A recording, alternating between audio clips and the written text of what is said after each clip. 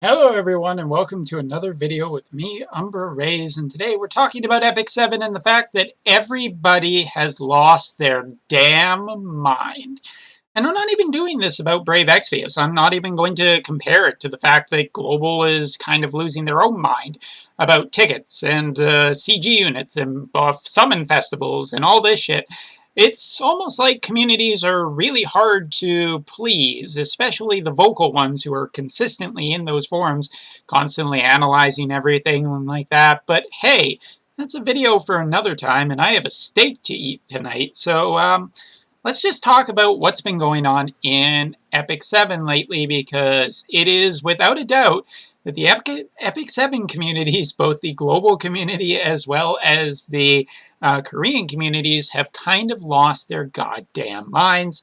And if for no other reason than the fact that it makes an interesting video, I'm here to talk about it today. So, yeah, let's get some music going.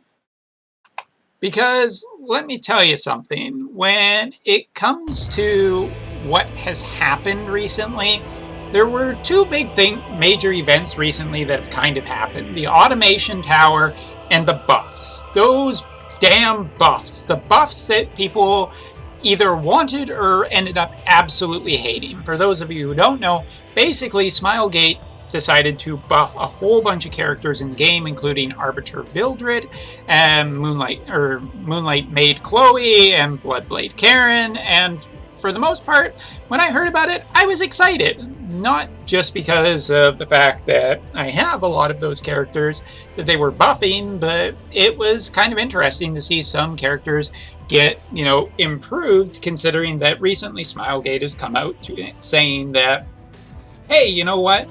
We want Moonlights to feel better. We want to find a new way to make Moonlight summons and all of that feel a lot better for the player. Cool. I think that's absolutely great. So basically they buffed a whole bunch of characters, and some of those characters ended up being really good in PvP and some of them being good in PvE. And you know what? The PvP thing has kind of caused a massive bunch of anger about a bunch of bullshit. And it seems to be a little bit of he said, she said about, who did exactly what and who's to blame for all of this, because the Korean community was asking for buffs, but now nobody's happy about the buffs because it's made everything more difficult. And people seem to forget that PvP is a shitty experience so long as you are not paying exorbitant amounts of money. I'm dead serious. When it comes to either getting much, much higher, nice, or just getting way lower in Arena. Like, if you want to do very well in Arena, you kind of need to keep up with whatever is the most powerful thing. And Mystic Summons ending up being just basically a pay-to-win thing. To everybody who is angry about that, I'm going to need you to get basically a tough titties form and fill it out, because I don't really give a two shits. Arena has always been bullshit in basically every mode that I've ever played. Any kind of thing that is in a game like this where you can pay money to get a distinct advantage over other players, such as more characters or more resources and everything like that. And basically everything in Epic 7 to a certain extent is payable to get better, especially in a category like this, where is the true end game lies. Hey, you want more energy to get stuff? Hey, you want more Malagoras to increase your characters? Hey, you want more gold to be able to enhance stuff?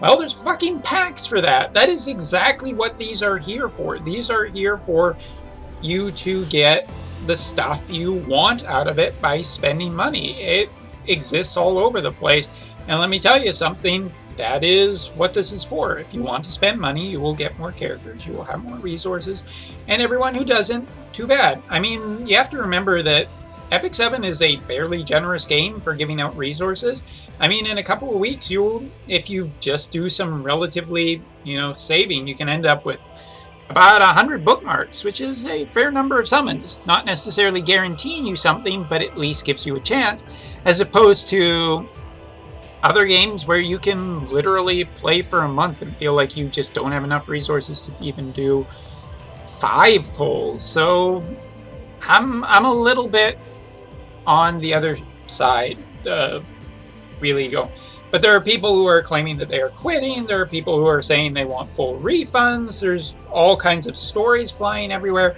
And to that extent, I gotta say that it would probably just be better to stay off the online communities, period. I'm not even joking. When it comes to Epic 7, just if you really want, look for help. But do not go reading the forums every day.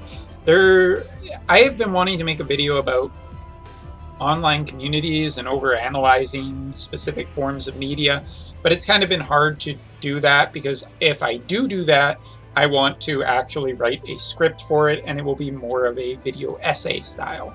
But buffs have kind of just brought all this insanity and people being a ton of drama and everything like that. And there's also just a sect of players that are just still playing and ignoring all of it. So got to give a thumbs up to them. But the other thing that happened was Automation Tower. And Automation Tower also carried with it a full bunch of drama. For anybody who's wondering about this, this is a new challenge mode that is available every month that will have a whole bunch of rewards. And I do believe the rewards do change every month, potentially, so they're not necessarily going to be the same next month. But it is a thing that you can do monthly and gives you something extra to do. People have kind of been saying, hey, I would like some more content. And then when it came out and people found out that it required more use of energy, surprise, a lot of people pooed their collective pants and ended up in a situation where people were complaining about the Automation Tower. People saying, oh my god, everything's too difficult. Oh, it's using too much energy. And these were the people who were on floor 90 on day 1. Which, again, you have 30 days to do this. So the energy requirement is spread out, but people just wanted to rush us down. And for anybody wondering, yes, from floor 70 to about floor 80 employs some pretty dirty tactics. And as you just go up, they get more and more difficult, but the rewards get better. So, I've heard only stories because I haven't ventured any further than floor 90. I'm too scared, you guys. But anyway, the rewards that you get from this are pretty darn decent. You get, a fair amount of gold. You get a fair amount of really high quality epic charms. Accessories that are just so-so, but even some sky stone. I will not defend the top floor because the top floor is basically just a really incredibly difficult battle that feels like it is very built for only a specific number of units, and the only thing you get from it are 5 galaxy bookmarks, which is a Moonlight summon, but most people will tell you that most of the time you end up with 3-star Moonlight, and was it worth all that time potentially trying to get here? For the challenge and maybe the fun of it, yeah, potentially, but that doesn't seem to be what people are focused on right now. But regardless, I have to say that the Epic 7 community, specifically more maybe the Reddit community, has been a little less reasonable lately just because they seem to be really freaking out about every little thing. I really want this window just slightly adjusted. There we go. That looks really nice now. But yeah, the community has been jumping to a lot of conclusions. And if you've been on the Reddit community at all, you know what I am talking about. As soon as a character comes out, people do not wait to even get the unit to try it or really experiment with the unit. It's just immediately good, bad, or bad. There is no in between. There is no possibilities otherwise. Luluka was not good enough to be a PvP god, so she is thrown directly in the trash immediately. Lilibeth is also. So the Epic 7 community has a really bad habit of just consistently just automatically declaring something good or bad right from the start, and if it's not insanely good, then it's not worth talking, or then it's worth trashing, kind of thing. And to be fair, I gotta give I am making this video also to give props to Smilegate. While I have criticized stuff about Smilegate, and I do definitely want to criticize stuff about the Automation Tower, mainly that given that Epic 7 designers recently have said that they do not feel like the Moonlight summon system really offers a good enough feeling or reward. Why, for such a difficult trial, did you put this at the top? And that's not even to really talk about the sting operation, where basically a lot of, fake accounts have been banished recently. Basically, the Automation Tower, for incredibly high rankings, found a whole bunch of hackers, and they've also just banished a whole bunch of accounts to the Shadow Realm. There's been a lot of stuff that's been going on recently. So here's the thing. Here are my kind of final thoughts, because again, I have supper waiting for me. First of all, I think that the banning of fake accounts and hackers is an absolutely good thing, and whether or not it is super effective to find the hackers out there, I think it is important to do. You are playing this game under a terms of service, and it's also not fair to anybody who is playing the game legitimately. It is a difficult game. Those players have worked hard, the people who are actually, not hacking or adjusting anything.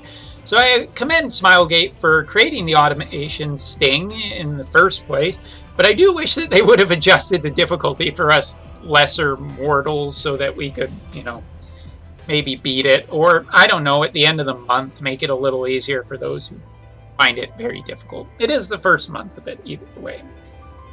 And when it comes to the buffs are, as far as I'm concerned, a good thing. They do make Moonlights feel good if you have those. If you don't have those characters, yeah, that's a character-based gacha. It sucks not to have that stuff, but that's the way it works out. You either get the characters or you don't. It's RNG. If you don't like that, you should not be playing gacha games in the first place, really, or because you're probably also going to be insanely frustrated by weapon gachas too. So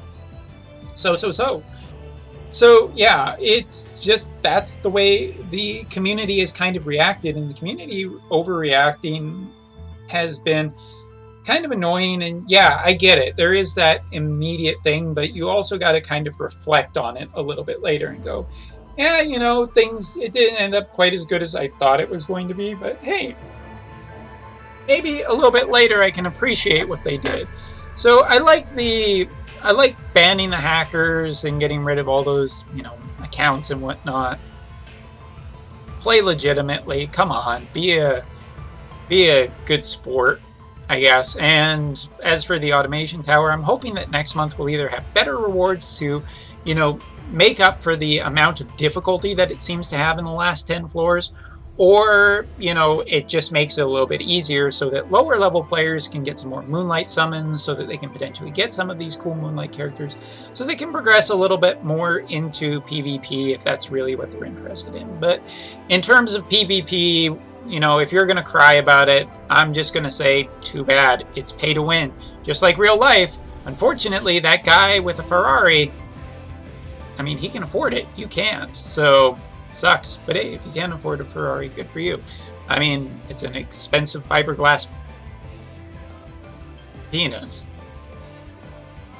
Anyway, if you have specific feelings, or if I have missed something, it's pretty easy to miss lately, because there is just so much going on, and sifting through all the drama is pretty uninteresting and boring, especially when you have just the best game waiting for you.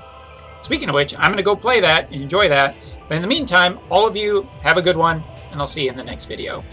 Hopefully, we can all move past this. Just build threads to help people get through content, and just play the game and have some damn fun. Damn fun! See you next time.